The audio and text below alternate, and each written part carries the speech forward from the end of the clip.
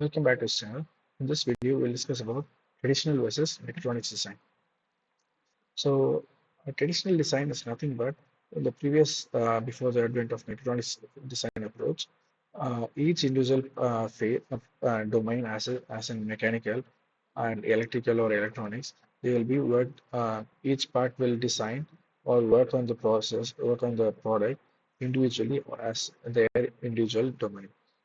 But with mechatronics as a design approach, each all the departments, all the domains will be interdependent with each other, and there will be a synergistic sort of design approach. We'll discuss about this in depth.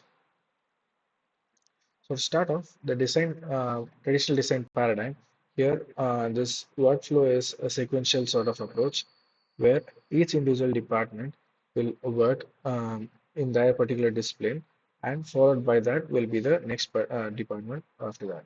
So the traditional design, it will be following a linear sort of approach and discipline separated approach where mechanical, electrical, control engineering, computer science, all of them will work in isolation.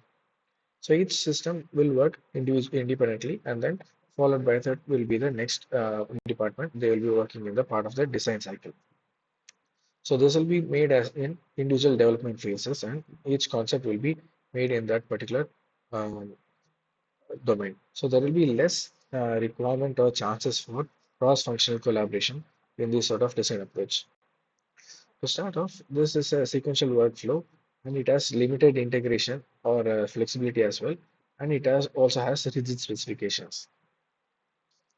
So the critical limitations in the traditional design are the communication barriers, because each individual domain works on their particular design, and this there is less interdisciplinary activity going on. So implementing the next design of the next particular domain will be very much difficult.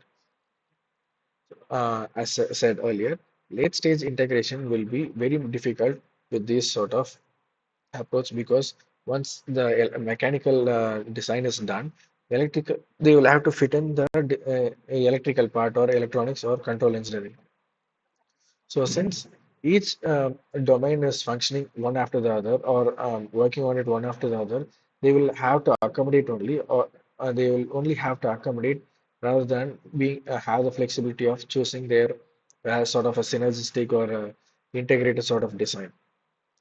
So because of this, there will be suboptimal performance because the latter part of the design or latter domain in the designing will have lesser time as well as lesser flexibility to work with.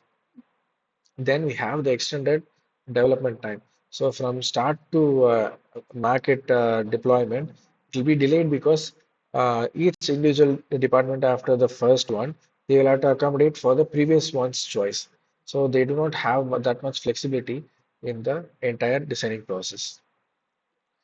Then the advent of mechatronics design, it brought in something called a synergistic integration approach, where concurrent engineering is done. As in parallelly, all the domains will work at the same time, and also they will also make uh, interdepartment or interdisciplinary sort of approach will be there. As in each department will collaborate together.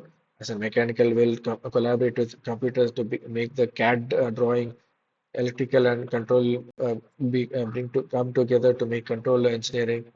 Electrical and mechanical will come together to make electromechanics, and there will be integration of electronics, IT, software, and all of these can be made together.